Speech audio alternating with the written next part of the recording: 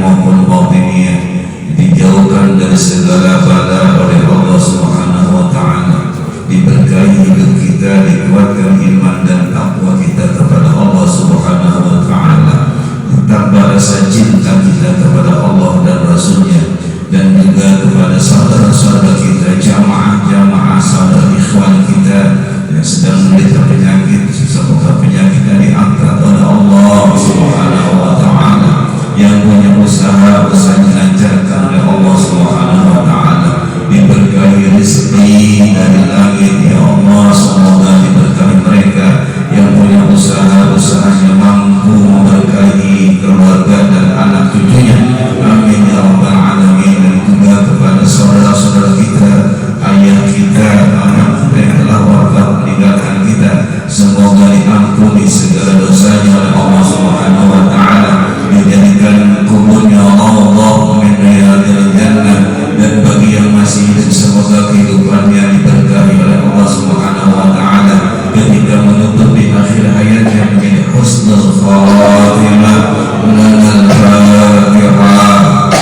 A'udzu billahi minasy syaithanir rajim. Bismillahirrahmanirrahim. Alhamdulillahi rabbil alamin. Ar-Rahmanir Rahim. Maliki yaumiddin. Iyyaka na'budu wa iyyaka nasta'in. Ihdinas siratal mustaqim. Shiratal ladzina an'amta 'alaihim ghairil maghdubi 'alaihim waladdallin.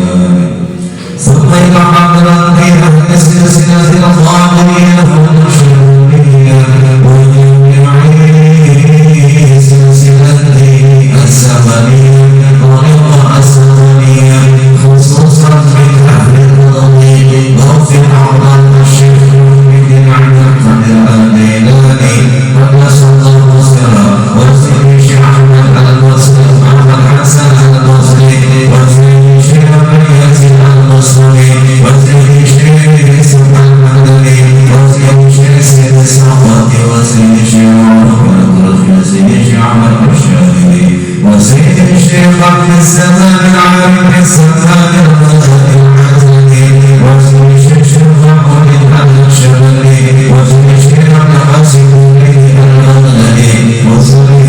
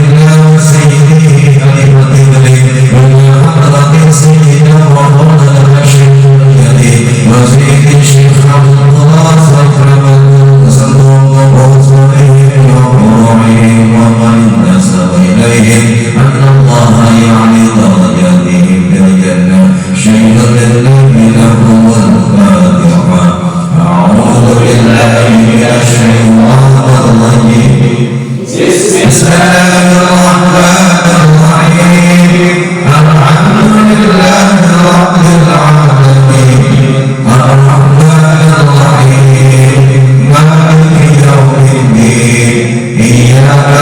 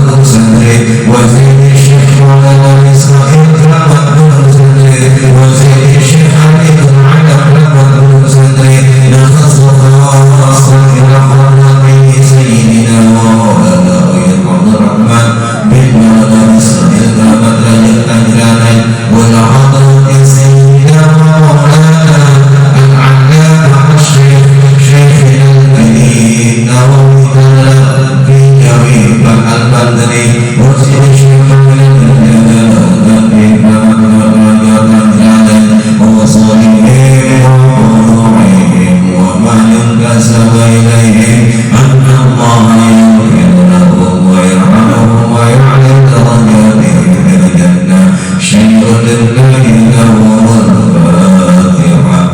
أعوذ بالله من الشيطان الرجيم. بسم الله الرحمن الرحيم.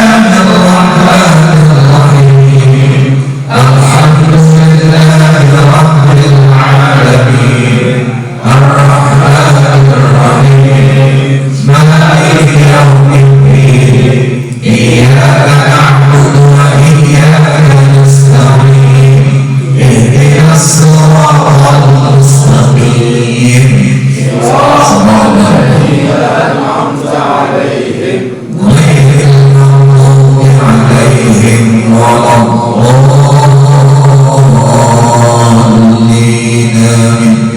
بسم الله الرحمن الرحيم. نوى الذكر تقربا إلى الله وخرجا عن المعاصي وتقبلا عن دعائي ودعاء الجاهلين. أفضل الذكر لا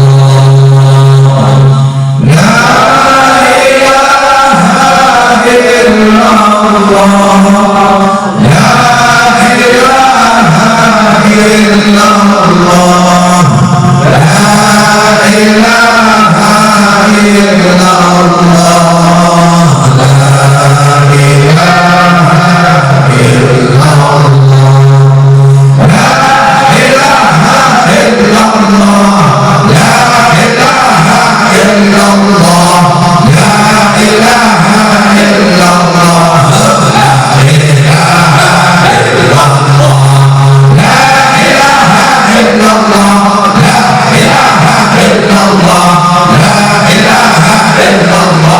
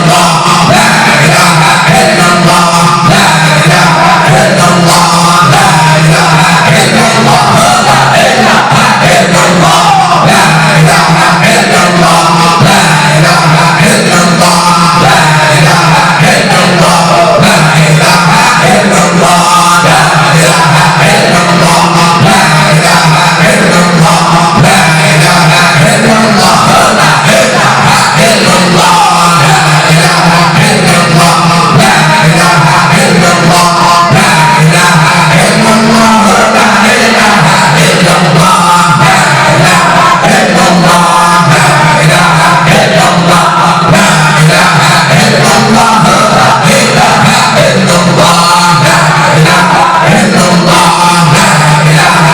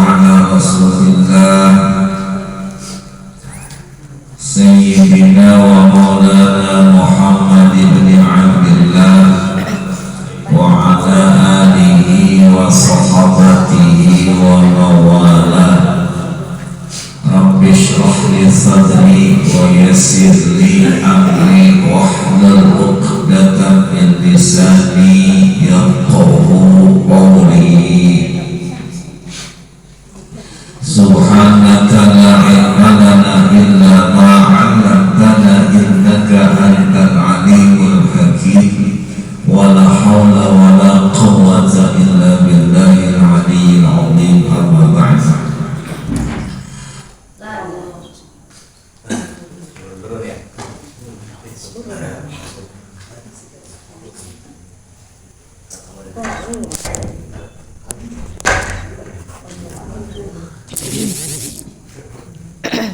Qala Syekh rahimahullahu ta'ala wa adabanna bihi bi barakati ulumihi fi darain amin ya rabbal alamin.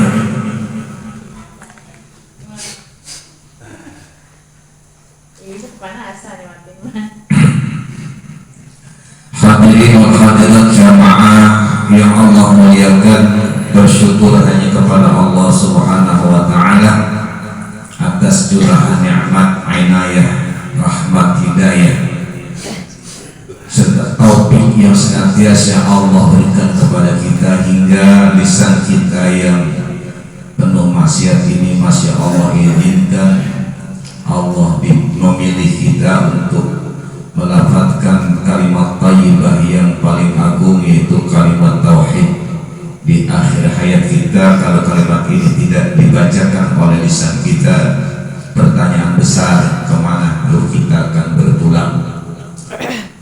Kalau lisan kita senantiasa ada Allah, terutama di qalbu kita, mustahil ruh kita itu berada selain di dalam syurganya Allah. Pasti kita akan memiliki syurga itu sendiri. Mudah-mudahan pikiran yang kita riyadhahkan tiap malam Jumat akan menjadi wasilah kita senantiasa untuk senantiasa dekat kepada Allah dan mengingatnya. Amin ya rabbal alamin. Salawat teriring salam hanya kepada baginda Rasulullah SAW. Semoga dengan senantiasa kita bersalawat di luar sholat, apalagi di dalam sholat, dengan rasa cinta, semoga kehadiran Rasulullah SAW senantiasa menopang kita, menuntun kita dengan syafaatnya, guna kita mendapatkan keridhaan dari Allah Rabbul Jalil. Amin ya rabbal alamin. Sedikit lagi kita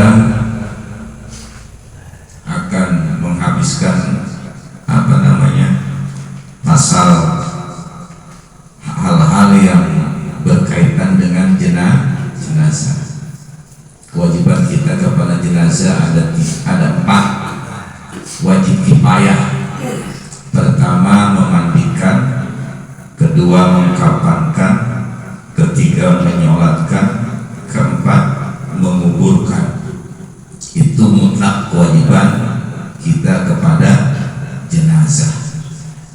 Dan kita pada malam hari ini terakhir, bagaimana adab kita kepada jenazah ketika menguburkannya. Bismillahirrahmanirrahim. Qala al-muallifu wa qala al-musannifu rahimahullah ta'ala radhiyallahu anhu. Wa yudfanul mayyitu, bawa kitabnya. Wa yudfanul mayyitu, dan dimakamkan siapa? Al-mayyitu, mayyit, fi lahdin mustaqbilal qiblati, ditanam tuh mayit pada liang lahat. Ada liang kubur, ada liang lahat, menghadap kiblat. Mustaqbilal qiblati, wajib menghadap kiblat. Tapi kalau jenazah menghadap ke atas, maka wajib digali lagi kuburannya. Pokoknya kalau ada jenazah nguburinya lupa, dia tanam aja tuh ngadep ke atas terlentang atau membelakangi kiblat, maka wajib hukumnya digali lagi kuburannya. Itu maksudnya gitu. Walahdi bifathil lami, dan kata al-lahad kuburan dengan fathah lam lah, wa dhammiha boleh juga luhdi bisa lah, wa sukunil ha lah atau luh, ma yuhfaru fi asfali janibil qabri min jihatil qiblah. Jadi lahat itu adalah ma yuhfaru yang dikeruk atau digali fi asfali janibil qabri di sisi paling bawah samping sebelah kulon min jihatil qiblah, tuh dari arah kiblat. Di ketika jenazah masih di musola nih, disolati atau dikafani, kan ada orang gali kubur tuh, maka liang lahatnya, kalau kita liang landang itu sebelah kulon, nggak boleh sebelah wetan, hukumnya haram. Qadra ma yas'ul mayyita, qadra sekedar ma yas'ul mayyita, seukuran muatnya mayat, wa yasturuhu dan menutupinya. Nutupi apa? Ya pakai bambu boleh, pakai papan juga boleh. Wadabnu billahdi afdalu minad dabni bisyaki, dan menanam atau menguburkan siapa mayat billahdi di landang liang lahat, afdalu lebih utama minad dabni daripada nanamnya bisyaki. Syak itu semburi, jadi setiap selain lahat ada satu cara semburi namanya. Semburi di mana? Di mana? Di tengah. Kenapa ada semburi ketika kita gali kuburan, gali lagi liang lahat, liang kandang, kadang-kadang kubur dulu. Jangan pindah, kasihan yang gali. Pindah, jangan kasih gali. Lah kalau 2 kali gali, sejuta tambah sejuta, 2 juta. Maka jangan pindah, gali lagi itu di tengah-tengah liang kubur. Itu biar turun liang lahat. Bisyaki itu dia liang semburi. Jadi kotak begitu tuh, kemudian si spidolnya bilang apa namanya nyata. Di tengah-tengah dia digali lagi tengah-tengahnya, itu namanya syakri, semburi. Pernah terjadi waktu nguburin di Tarajang Sapri itu anak kecil, orang Palembang, orang Medan tuh, pas digali kuburannya, liang lahatnya gugur musim hujan, udah tengah-tengah, boleh Ustaz? Boleh.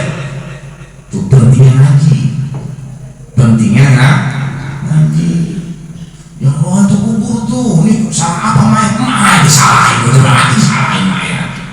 Jangan, mayat ini yang salah itu lu galinya. Sudah tanah kubur, galinya sembah, kayak begitu, ya, semburi. Nah, liang lahat dengan semburi lebih afdol liang lahat kalau memang tanahnya kagak gugur, begitu. Iya, berarti ntar AC-nya matiin aja dah. Matiin dah. Rusak AC-nya lagi. Ya, makin paling keras. Ya. Nah, pintu buka di depan. Gitu. Paham ya? Tarik. Ya, emang pintunya agak bandel kayak orangnya. Paham ya? Insanu batil ardu. Nah, Jadi liang lahat itu lebih afdol daripada semburi ketika apa? In salubatil ardu atau salubat al ardu, jika kerasnya tanah yang digali. Umpama pas kita gali liang lahat ada tanah keres, ngomong menyala kalau digali, maka lebih baik kita gali semburi. Jadi dua penyebab yang ketika kita harus gali semburi, ketika tanahnya gugur atau tanahnya terlalu keras. Paham ya? Wasyaktu dan semburi itu ayyuh farok. Tadi kan yang lahat di samping sebelah kulon.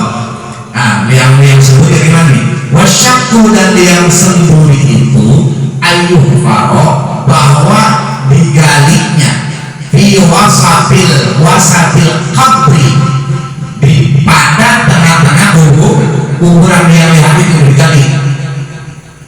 Itu digalinya pada tengah-tengah, wasat itu tengah-tengah, wasatil al kabri, tengah-tengah kuburan.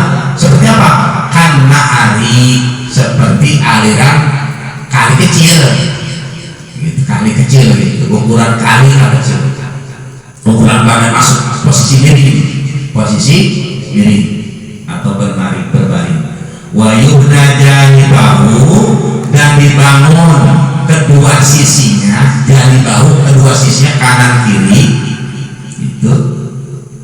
Wa yudha'ul mayitu, dan diletakkan tuh mayit bainahuma, antara dua sisi itu yang digali. Kan kalau lahat mah atas bawah, kalau semburi kanan dan kiri, wetan dan kulon gitu. Wa yusqafu alaihi, dan ditutup atasnya semburi itu bila binin, dengan batu bata yang mentah lah begitu.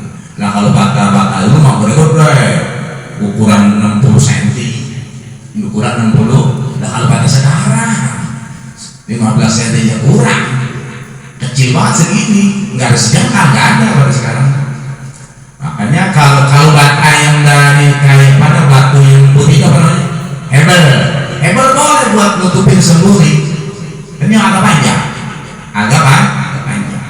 Kalau memang bambu nggak ada, papan kagak ada, boleh pakai hebel. Di sini dijelaskan. Wa yudha'ul mayitu, dan diletakkan mayit inda mu'akhkharil qabri, ketika di belakang kuburan. Nah, dari musola dibawa tuh mayit, ketika mau dikuburin ada di mana tuh? Masih di atas kuburan, belum ditanam belum dibawa ke bawah. Adanya mu'akhkharil qabri, di belakang kuburan, masuk di kaki.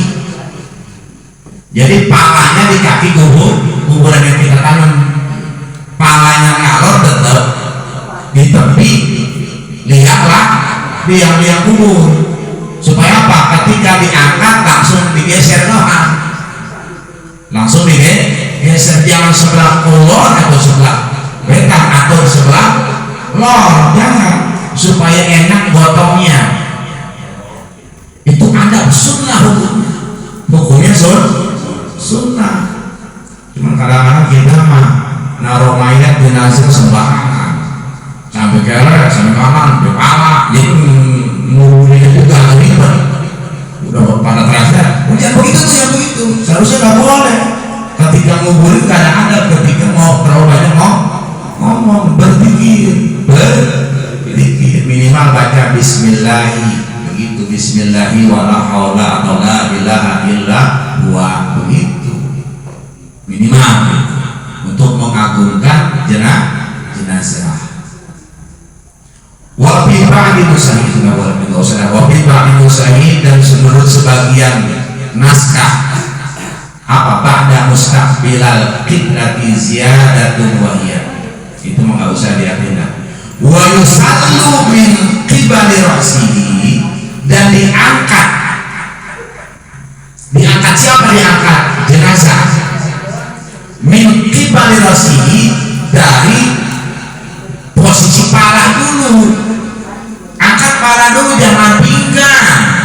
Nggak boleh. Pala dulu diangkat pelan-pelan pakai salah satu kalimat tauhid, baru ke pinggang, baru ke kaki. Jangan banyak, pala dulu. Pas diangkat, baru serahkan ke bawah. Kan tinggal geser doang. Kan palanya pala jenazah sebagai lor, kaki sebelah wetan, kubur juga ke sono gitu. Jadi pala sebelah lor, kaki sebelah hidung. Jadi kalian saya diangkat tuh mayat atau jenazah mau bapak kita ke adik kita terserah. Saya mendaftar nggak apa-apa tuh, karena masih luas. Terus aisalan bidikin dengan penuh kelembutan. Jangan sokok aja abong-abong buat depannya. Udah tuh angkat tuh, karena anaknya nggak ada, dia tinggal sebarang darah. Sholat Allah mau guru kita juga nggak boleh. Penuh dengan galau bidikin itu perintah ini. La bi'antin, nggak boleh dengan penuh gemes atau kasar. Wa yaqulul ladzi, dan hendaknya berkatalah alladzi, orang yang yulhidu itu yang menaruh jenazah ke liang landang, harus berdoa bismillahi wa ala millati rasulillah. Jangan tangan aja pas nanam palangnya ngalor, ngadepnya ngulon, bismillahi wa ala millati rasulillah, bismillahi atas nama Allah, wa ala millati, dan atas ajaran agama Rasulullah sallallahu alaihi wasallam. Wa yuja'u, lalu dibaringkan, bukan ditelentangin, baring sama terlentang kalimat berbaring berarti jenazahnya ada di pinggul sebelah kanan, berarti ngadep kiblat, menghadap kiblat. Nah, ketika mengkafani, posisi jenazah ada 3. Ketika mau dikafani gitu, dibungkus, bisa tangannya seperti ini, tangan kanan di bawah, tangan kiri di atas. Nggak boleh tangan kanan di bawah, di atas, nggak boleh. Tangan kanan di bawah, tidak seperti orang sok. Kedua, tangan kanan begini, tangan kiri begini. Itu boleh sunnah. Atau dua-duanya begini, kayak di bedong begitu. Itu begitu. Makanya kalau ada orang yang bungkus jenazah dengan posisi tangan kiri di dada, tangan kanan di samping kanan, jangan disalahin, itu sunnah. Atau dua-duanya tegak begitu, nggak apa-apa. Ini ilmu ya, makanya penting pengajian itu begitu. Wa yurja'u, dan dibaringkan fil qabri, di liang kubur, ba'da, setelah ayu ammaka, digali yang dalam kuburan, qomatan, yang dalamnya seperti orang berdiri. Orang yang normalnya kan 165, kalau 170 udah orang tinggi dah Indonesia mah. Jadi seukuran kepala. Saya udah dalam nih, saya 164 udah dalam gitu. Ukuran tuh dalamnya kuburan, dalamnya kuburan itu beritanya begitu. Oh maka sedalam orang berdiri, wabas kota, atau maksimal seperti orang melambai. Saya pilih 160, maka harus melambai sejajar dengan jari jemari. Jangan pendek. Terdirinya kalau ada anjing digaruk-garuk dimakan bangkainya. Karena orang mah enggak mulia kalau jenazah.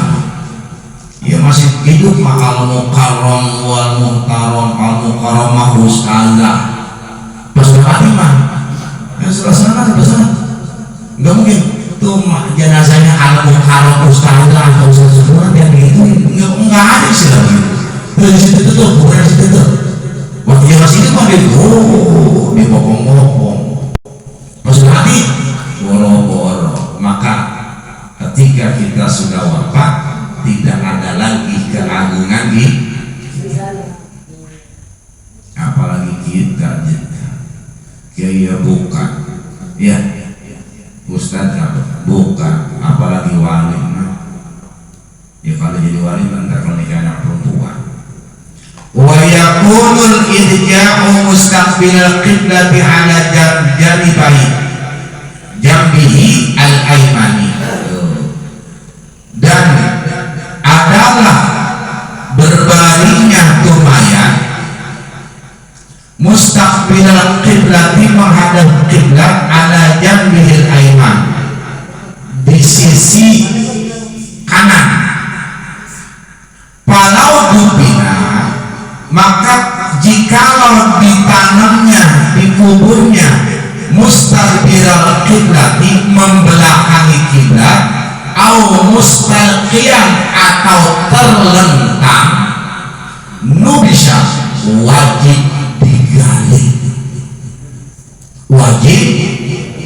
lagi wa wajjiha il qiblati dan arahkan badannya ke kiblat bukan ke atas atau bukan ke ngetan malamnya tagayyar selama tidak berubah tuh jenazahnya. Kalau udah busuk ini udah pecah kepala pecah, perut pecah, jangan udah nasi dah udah nasi pasti neraka. Hati-hati, ada jenazah yang orang dengan nguburin lupa ada kiblat, ada jenazah ketika tidak diterima bumi ada sering terjadi tidak pernah ada kuburan yang sempit nggak terima bumi itu dingkuat juga ada ular ada riwayatnya. Makanya jangan digali lagi kuburan, panggil orang yang soleh baca doa pasti berubah kuburan pasti berubah karena bumi pun gak mau nerima apalagi Allah bumi aja gak mau nerima saking bencinya dunia ini kepada tuh jenazah. Ada dari zaman bahla sampai zaman sekarang. Lalu sejarahnya orang nguburin dari mana ya? Dari Qabil dan Habil dalam surah apa? Surah Al-Maidah. Jadi Qabil nikah, dia pengennya ada kembaran nih si Aklama cantik memang ini si Qabil. Si Habil adanya kurang cakep karena perintah dari Allah kawinnya kudu disilang, nggak boleh barengan, jadi harus nyilang. Habil nikah sama adiknya si Qabil nikah sama adiknya si Habil. Nah si Qabil buat beradu kapan-kapan buat membunuh, dibunuh tuh si Habil. Maka apabila terjadi di dunia ini ada orang berantem gara-gara rambut panjang, udah keturunan, cinta ditolak, pelet bertindak, kadang-kadang sihir pun bertindak. Itu memang turunan. Nah ketika si Qabil bunuh si Habil, bingung nih, ketemu ketahuan sama bapak nih, maksudnya ayah-andanya Adam alaihissalam. Akhirnya diturunkanlah oleh Allah burung gagak diutus sepasang, ada pasangannya itu dia bunuh, dia bawa pakai kukunya itu, dia taruh di pasir, dia gelar di pasir, dikorek-korek, lalu digeser-geser tuh burung gagak yang udah kebunuh sama burung gagak yang hantunya, lalu ditutupin pakai pasir. Oh begitu cara nguburin. Nguburin mah cara binatang. Emang ada yang manusia kalau dikubur? Nggak ada yang mulia. Yang mulia itu teruslah amalan ketika kita udah mati. Bini cakep juga tetap aja yang dia lihat bukan kita, harta kita. Anak yang soleh tetap aja kalau dia pulang kan sedikit sebulan. Kesemuanya ngitung itu di bagian gua kan laki-laki, tetap itu udah nasibnya anak manusia, udah kodratnya seperti itu. Maka jangan terlalu cinta kepada anak dan istri. Ya kalau cinta nggak boleh, cinta yang wajib kepada Allah dan Rasul boleh, dan itu wajib membabi buta. Nah, kalau anak sama istri, jangan kau taruh anak-anak dan hartamu dalam hatimu. Satu saat ketika mereka mati, kau akan dijadikan dan terima. Karena anak itu anugerah saja, istri amanah, atau sebaliknya istri anugerah, anak amanah. Teman nunggu mati doang. Istri dan anak itu teman nunggu mati, bukan hakikat. Yang nemenin kita dikubur siapa? Istri, bukan. Tidak. Yang nemenin kita adalah amalan kita. Itu makanya nggak ada harganya kalau kita jadi jenazah. Itu rumah yang kita bangun dengan dana yang kita punya, jual ini, usaha ini. Ketika kita sudah mujur ngalor, ada nggak tuh mayat kita di dalam rumah selama-lamanya? Jangan kata makin 2 bulan, 2 hari aja udah buru-buru kuburin. Nah setelah sholat, dia mau kuburan nih, benar bapaknya punya hak, kan begitu, 11 sono terpulang dah, udah ngitung dah tuh kontrakan, 1 pintu, 2 pintu, kan begitu. Kalau masih muda aja kawin lagi. Begitulah manusia. Nah, kita teruskan lagi. Jadi kalau nguburinnya menghadap selain kiblat, wajib digali. Wa yusbahul qabru wa la yusnahu. Dan ketika dikuburin nggak boleh tinggi. Kadang-kadang ambung-ambung tanah sebelah Pak. Kenapa tinggi bener? Udah dipasangi pakai batu nisan, terus pakai batu bata. Udah makro. Tahu nggak? Syekh Nawawi Tanara Al-Bantari Jawa, kuburan di mana? Saya pernah ziarah ke makam beliau. Emang diplaster? Kagak, itu pun mau digali. Maka ketika sudah 1 tahun kontraknya habis diganti, tinggal tulang doang, udah dibungkus pakai kain putih, berharga tuh, negara berharga. Tapi ketika itulah seorang ulama Indonesia, ketika diganti, jasanya utuh, nggak jadi, kumpul lagi. Tapi kalau tinggal tulang doang, ya udah dibungkus sama tentara, boleh, karena bukan tanah wakaf, tanah negara. Maka nggak boleh diplaster, haram hukumnya. Sepakat ulama fikih. Maka tinggal satu doang. Ki Haji Nawawi Imam Syekh Nawawi Al-Jawi Banteni, itu dong namanya.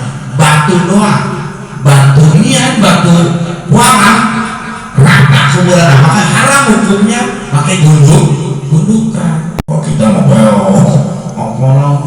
mau pengen dianggap anak soleh atau soleh, kuburan tuh pakai marmer, pakai batu, dapat kia-kia, gua batunya dah, belum yang misalnya itu 600.000, tentukannya gua, tapi sudah berantem.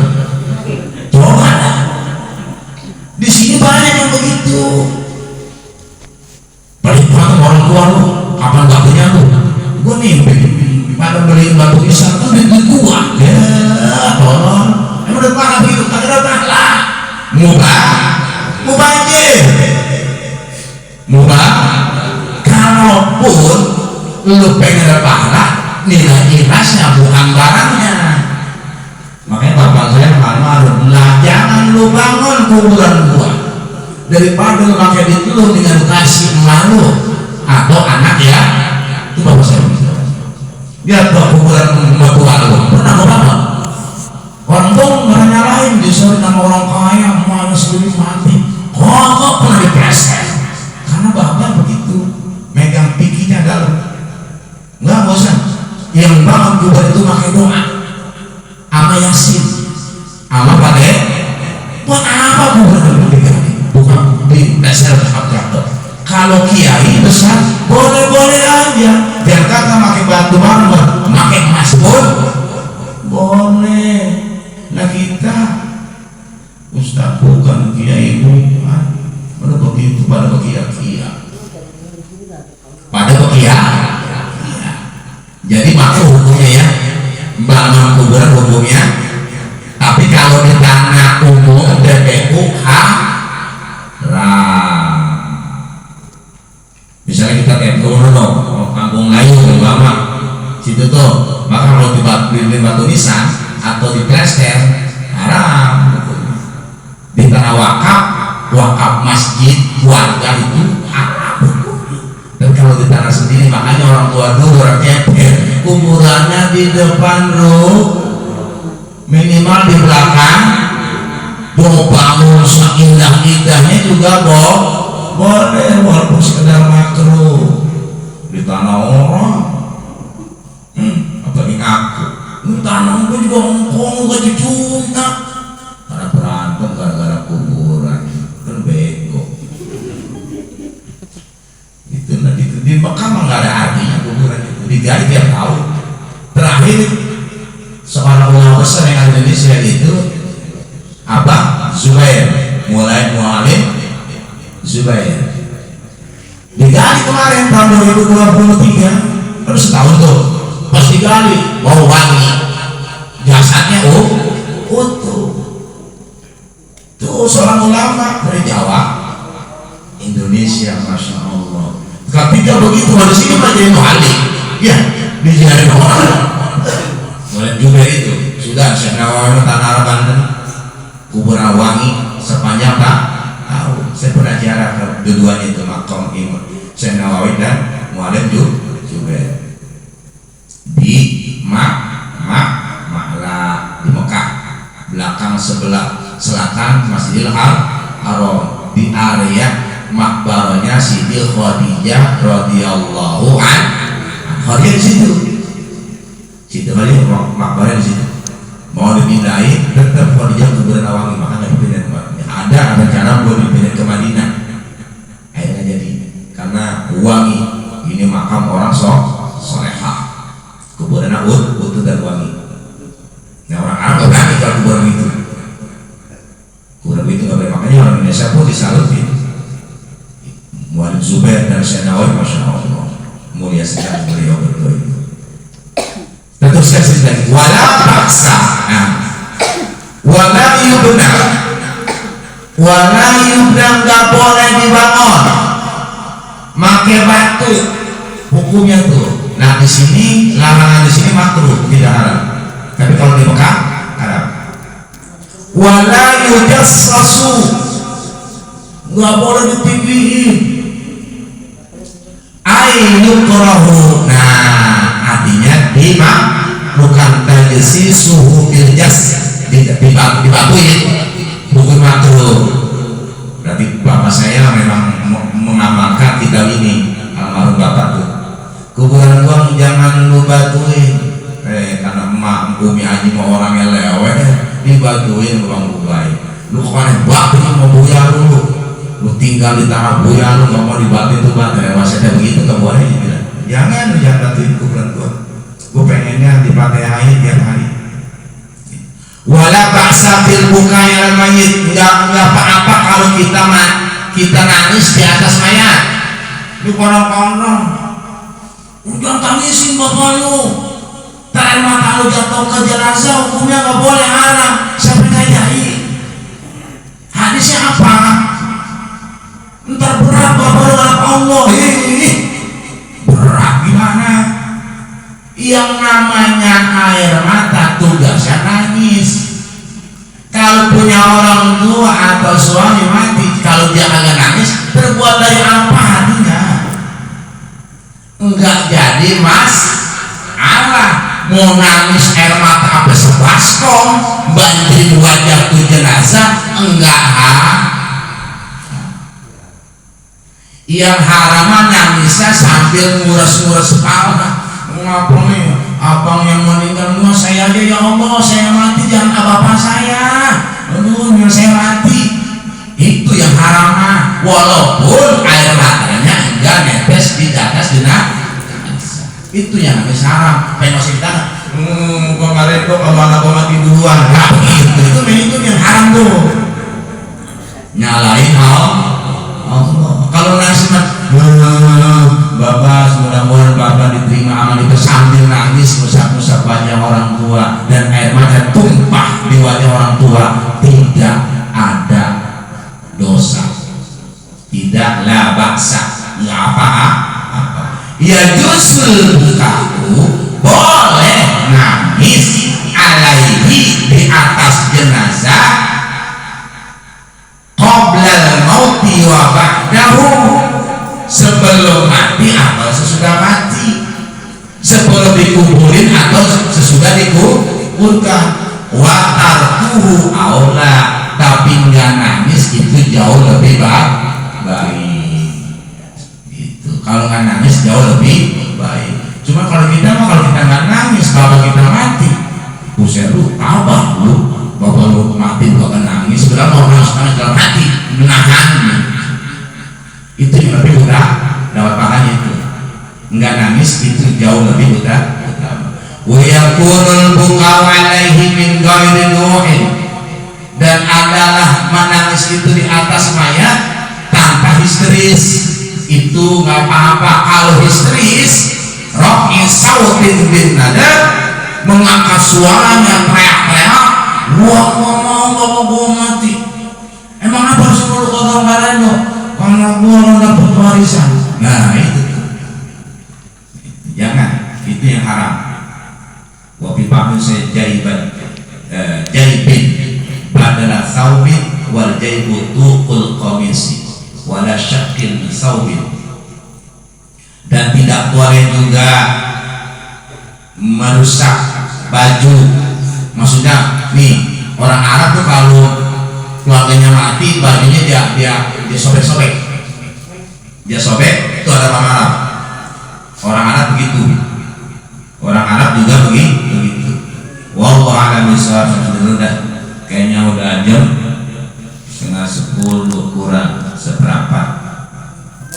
Kalau ada yang bertanya silakan. Jadi kalau menangis kita di atas jenazah enggak dong, enggak dosa.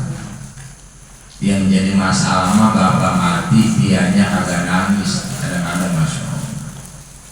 Itu terjadi sama saya ketika orang tua saya meninggal di rumah sakit. Saya kan berdua-dua bertiga sama Umi sama Bang Nasib. Itu saat itu beliau meninggal, saya malah tersenyum. Tapi pas ketiga hari baru saya terasa. Jadi pas saya pulang di rumah, almarhum datang. Lu kapan diriin majelis? Sampai tuh almarhum ganti kita. Udah, gua udah nggak ada diriin majelis. Itu saya ngomongnya di situ. Gua udah nggak ada diriin majelis, terusin perjuangan gua walaupun di sini. Gua pengen mati bom karena yang tak di sini lu bangun majelis. Bosan, mati ya. Akhirnya saya langsung berangkat lagi ke kuburan, saya nangis terseduh-seduh. Umi saya kemarin buaya mati, dapat sehari 2 hari bakal nangis, sekarang berarti 2 hari baru nangis dulu. Emang apa sholat? Udah tahu saya pengen nangis. Berasa, baru berasa ketika orang tua meninggal.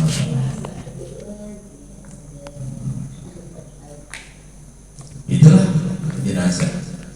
Apalagi jenazah orang tua, ketika mau dikapanin, mau dibungkus, tulis nih di keningnya Bismillahirrahmanirrahim. Pakai apa? Pakai minyak wangi, pakai tunjuk kita Bismillahirrahmanirrahim. Itu gak ada memberinya. Dihindari dari korin yang menyerupai dia. Kan ada orang kalau pada bapak yang meninggal dapat seminggu, bapak yang bapak duduk di kursi, makanya bapak ya berarti itu korinnya, bukan memberinya kok korinnya. Biasanya begitu. dia pada aslinya. Dia yang datang. Maka kata Imam Malik, kalau pengen ketemu sama almarhum, biasanya almarhum datang melalui mimpi.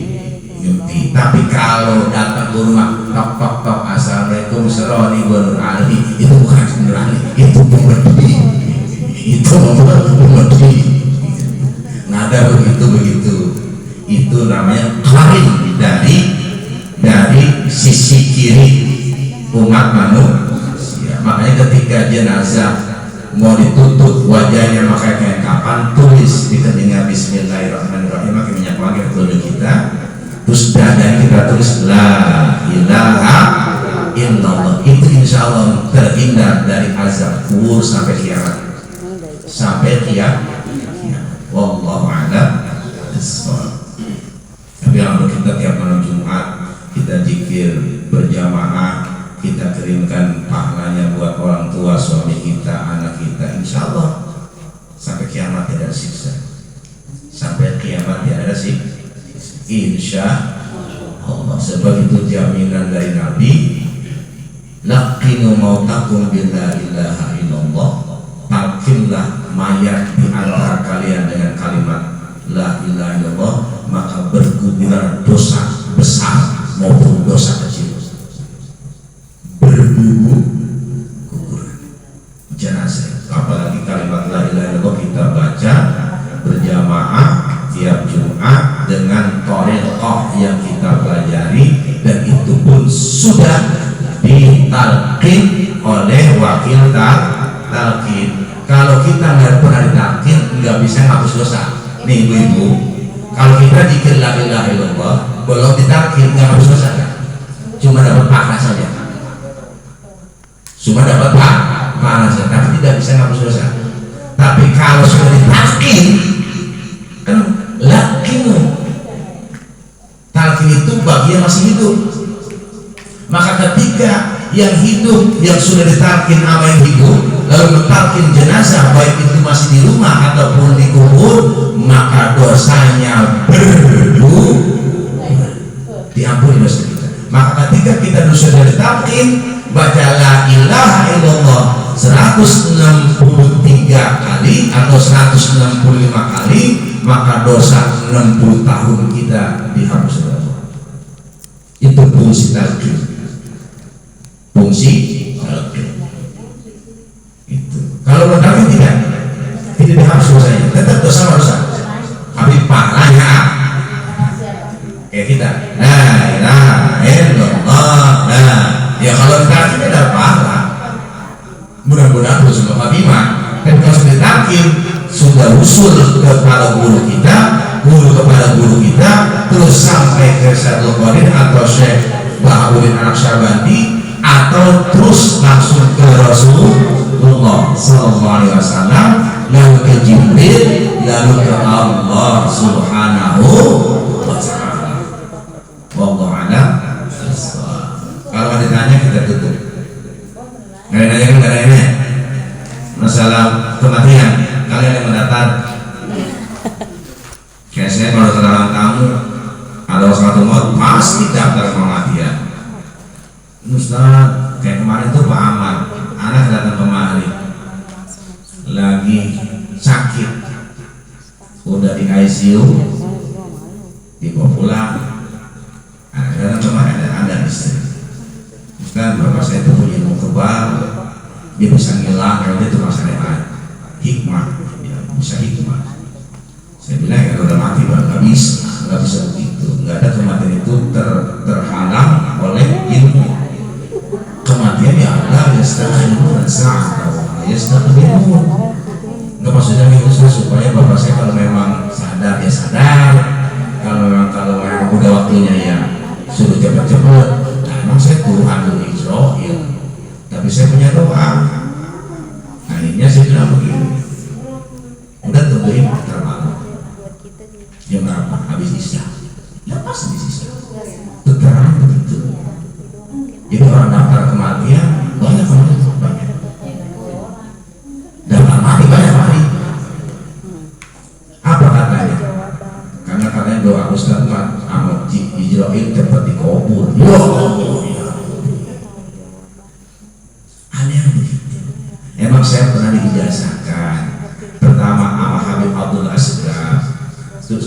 Hussein Asidzi, sama orang Kiai Haji Nur, terus sama orang Bogor. Kalau ada orang yang sakit parah, kita ucapkan assalamualaikum ya ruha bulan bil bulan, lalu hati kita bergetar, berarti di situ ada Israel. Israel itu mendampingi calon jenazah 40 hari sebelum mati. Itu cirinya. Atau guru-guru saya nih, ketika ini pengalaman hidup saya, ketika saya baca assalamualaikum ya ruha bla bla bla bla bla bla, di jantung saya, oh udah deket lagi. Baru nanya, Jan, dia lahir ini ya? Iya. Udah tambah atau besok? Sebab saya menulis kepada hadis. Bukan berarti saya tahu orang mati, demi Allah tidak. Jawabannya ada di hadis, ada di amal. Makanya kadang-kadang saya ngomong sama istri saya nih, ada orang dijulukin bisa nyembuhin penyakit. Kalau saya julukannya bisa buru-buru orang mati, bisa buru-buru orang ya sekarang deh gitu. Ya Allah, takdir gue jelek amat ya. Sama Ijrail akrab, ngomong gue dekat kuburan begitu. Ya itulah memang udah nasib saya. Kita minta bayaran lebih dari 200, tega kita berapa yang mati. Kalau semua kita bisa targetin 2 juta ya. Lo kan, nah kalau bapak mati bayar gue 10 juta lah, tega saya. Gitu. Banyak ikhlas jadinya, tapi menunjukkan bahwa saya harus mempersiapkan kematian, nah zikir itu latihan kematian. Makanya ibu-ibu kalau udah usia 50 ke atas pengen latihan mati, habis maghrib zikir la ilaha illallah, Allah dalam hati, lidah tekuk ke atas, lampu mati, bayangin kita mati. Bayangin kita mati, jangan bayangin kita hidup, bayangin kita mati. Ini ada toreko seperti itu. Kita pakai baju putih, bahkan pakai mukena putih. Allah dalam hati. Insya Allah pasti husnul khotimah. Itu jaminannya. Orang yang berhasil bukan berarti dia wali, bukan. Orang berhasil bukan itu sangat ulama besar, tidak. Bentuk ulama besar matinya husnul khotimah. Barsesa, tahu gak Barsesa? Ulama bisa manggil takdir, bisa melayang-layang di arasnya Allah. Barsesa terbang seperti burung, hilang seperti kilat, tiba-tiba bertengger di atas bulan. Itu Barsesa. Matinya subul khotimah. Hati-hati, ulama kita ulama bukan, tapi mudah-mudahan ketika kita nih Allah, kalau kita di sini Allah Zohar, Allah kalau dalam rumah kita latihan mati pada maghrib, itu pahalanya 60 tahun tanpa maksiat. Dosa kita bergugur. Lagi matiin. Boleh nggak dikir Allah nanti? Boleh. Tuh dikir kopi sangat bermanfaat. Nggak usah lagi sholat, nggak usah dikir lagi Allah nanti. Itu pahalanya bisa 60 tahun tanpa maksiat. Dalam WC. Itu orang yang ahli zikir seperti itu. Masya Allah. Wallahu a'lam bishawab. Subhanallah wa bihamdika, asyhadu an la ilaha illa anta,